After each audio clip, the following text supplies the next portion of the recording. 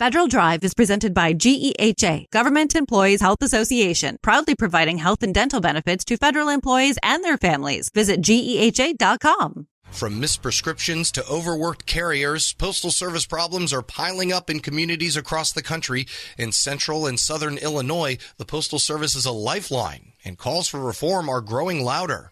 We heard earlier from the representative leading that charge, co-chair of the Congressional Postal Service Caucus, Representative Nikki Budzinski. We're going to talk about the U.S. Postal Service. You have really advocated for them lately, saying they're a lifeline in rural communities. Tell us a little bit about what you're hearing from your constituents about their experience with the Postal Service.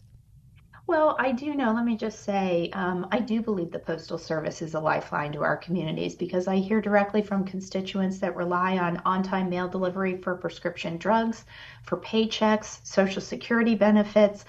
So this is really impacting people in their everyday lives. And one of the first issues since I took office in 2023 was actually hearing from constituents around frustrations they had with on-time mail delivery, that mail was not arriving on time. And as an office, we began to really dig in deeper as to why that might be. We knew at the time on-time mail delivery for 2 to 3 day business class mail was at about 59%. We have since actually received a report last quarter that it's improved to 73%. But this is well below the overall goal that the USPS has set for on-time mail delivery, which is just above 90%. So we had work to do. Some of the work that I had heard from, constituents was just, we have workforce shortages, a lot of challenges I heard directly and have had roundtable discussions with letter carriers, with those working within the Postal Service, challenges that they have faced with short staffing, mandatory overtime, difficult work environments and things of that sort. But also we knew that the USPS leadership in Washington was also making some very big dramatic changes to distribution centers and also the scheduling of mail going out. All of that we thought contributing to lower on-time mail delivery rates. So as you've looked at that on-time delivery rate, and you mentioned overburdened employees, what are really at the root of those challenges? Well, I think that, first of all, let me say that the USPS has provided good middle-class jobs for folks for generations in all communities, in rural communities and urban communities. But what we've seen is more being asked of the workforce, staffing shortages that are putting increased pressure on that workforce. Things like hearing from some of the letter carriers within my district that they're driving vans in the heat that we've had this summer with no air conditioning. Some of those conditions being very challenging. Also, we've seen since COVID an increase in, violent attacks that have happened within that workforce. And so they're confronted with a lot, and you couple that with staffing shortages, I think that has increased, the challenges that the USPS has had in reaching their on-time mail delivery rates.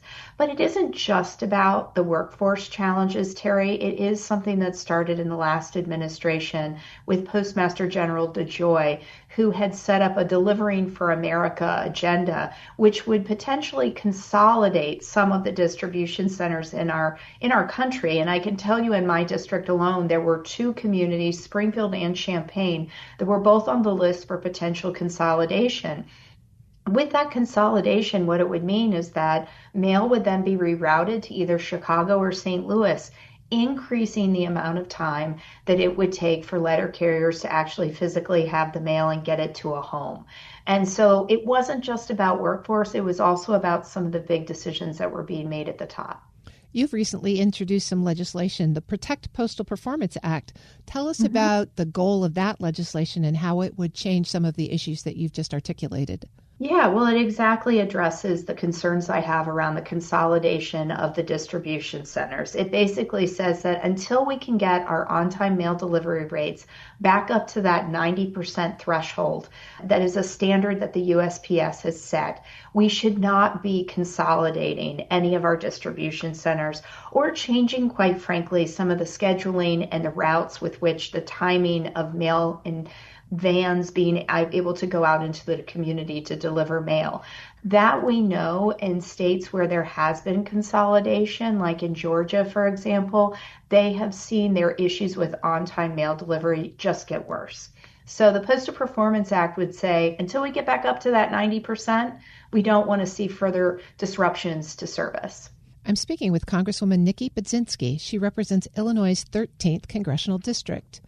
In addition to your legislation, there's really some bipartisan movement on support for the Postal Service. You're co-chairing the new Congressional Postal Service Caucus. Tell us about how that group got started and what you're hoping to achieve. Yeah, I think that what's important about our Postal Service Caucus that we launched about a week ago now is that these issues with the Postal Service are not Democratic or Republican issues. These are bipartisan issues. These affect communities in both rural areas and urban areas. And we all, Democrats and Republicans, believe in the important public service that is the United States Postal Service and working toward improving the services that they're providing while moving away from concerns that I have that this administration has indicated around potentially trying to privatize the United States Postal Service. So we want to work collaboratively together to get to some of these issues that are going to strengthen the USPS. Well, you mentioned privatization. That's certainly been a topic of conversation under the Trump administration, both the first and now the second. What's your position on privatization and what's at stake if it moves forward? Well, I'm very much opposed to privatization because I think what it will mean is not only just negatively impacting the workforce, public sector workers that have been providing us with that critical service for generations, good paying jobs, but it's also about the consumer and the customer. Potentially leading to increased prices with a privatization effort. What we've most recently heard from the second Trump administration is that they have been toying with the idea of moving the USPS away from its independent governance and into the U.S. Department of Commerce. I think that would be a move that I would view as moving incrementally more toward privatizing the USPS. We want to make sure that we are protecting the USPS as its own independent entity with a board of governors that actually governs it. And so I believe that our Postal Service Caucus is going to be fighting to make sure that we're protecting that. Well, let's stick with our P words for a minute. We've talked about the Postal Service. We've talked about privatization. You are also a strong advocate for, as you mentioned earlier, protecting postal workers. What kind of threats do they face and what is at issue there?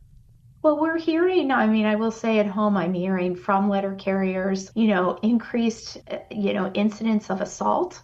We're hearing this, to be honest with you, across the public sector with workers, whether they're members of the Amalgamated Transit Union and they're driving buses or driving trains, but also our letter carriers are really those frontline workers that are seeing some of that take place. The other thing when I had a roundtable discussion that was concerning is we had really record heat this summer, and a lot of our USPS, our letter carriers, are driving trucks that still aren't equipped with air conditioning.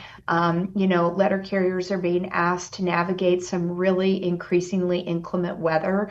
And so how are we protecting them to make sure that, they can do their best on their job? I think the second, in addition to something that I've heard, is kind of this idea of mandatory overtime, where because of the short staffing, they're also being really compelled to work more overtime. Overtime can in some ways be good for a person because they're going to make overtime pay. But from a business perspective, a budget perspective, and just from the worker's perspective, it puts increased burden on them. So you've put a lot of issues on the table here, including your own legislation. If you look forward, what would a modern, resilient Postal Service look like? What do we need to really focus on in terms of driving reform? Well, I think what it needs is, a real focus on increasing on-time mail delivery and looking at that holistically. I think that would mean eliminating the consolidation of these distribution centers. We need to more fully support them, make sure that they're modernized and have the most up-to-date equipment and technology that I think will help to expedite more on-time, higher on-time mail delivery rates.